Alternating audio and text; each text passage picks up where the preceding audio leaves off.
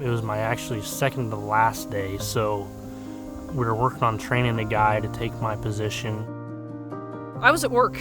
Actually, I was sitting in a restaurant in Champaign, eating lunch when I got the phone call from his mom.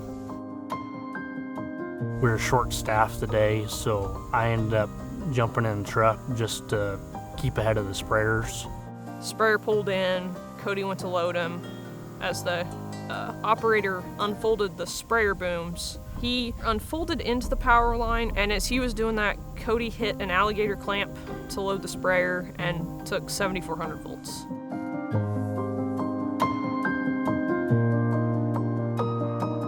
I assumed right away that he would probably lose one, if not two limbs and digits, so that he presented in a very severe manner. His hand was charred in a flex position. His elbow was held in a flex position.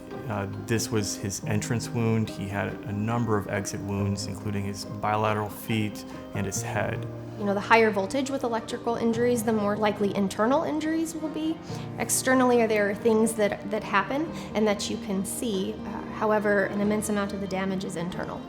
Our goal was to get rid of the tissue that was destroyed and to maximize, one, his life, to make sure that he didn't die from the injury, to make sure that his kidneys didn't suffer a severe insult from the amount of muscle damage that was done, and to get him to be as functional as possible.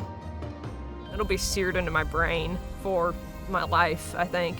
Walking around the corner and seeing him and thinking how small he looked.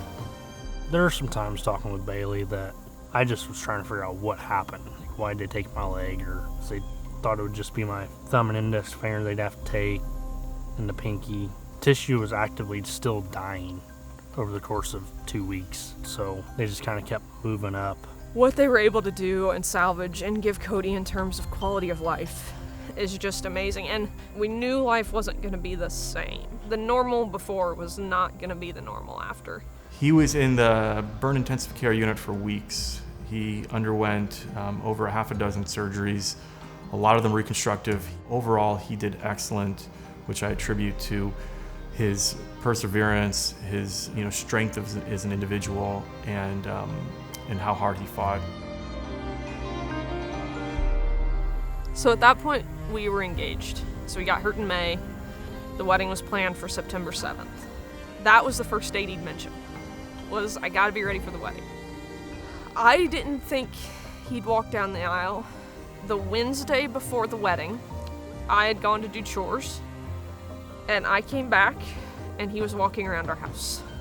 Well, he walked down the aisle, and you should have seen the ugly tears in the crowd. It was just the most perfect of days.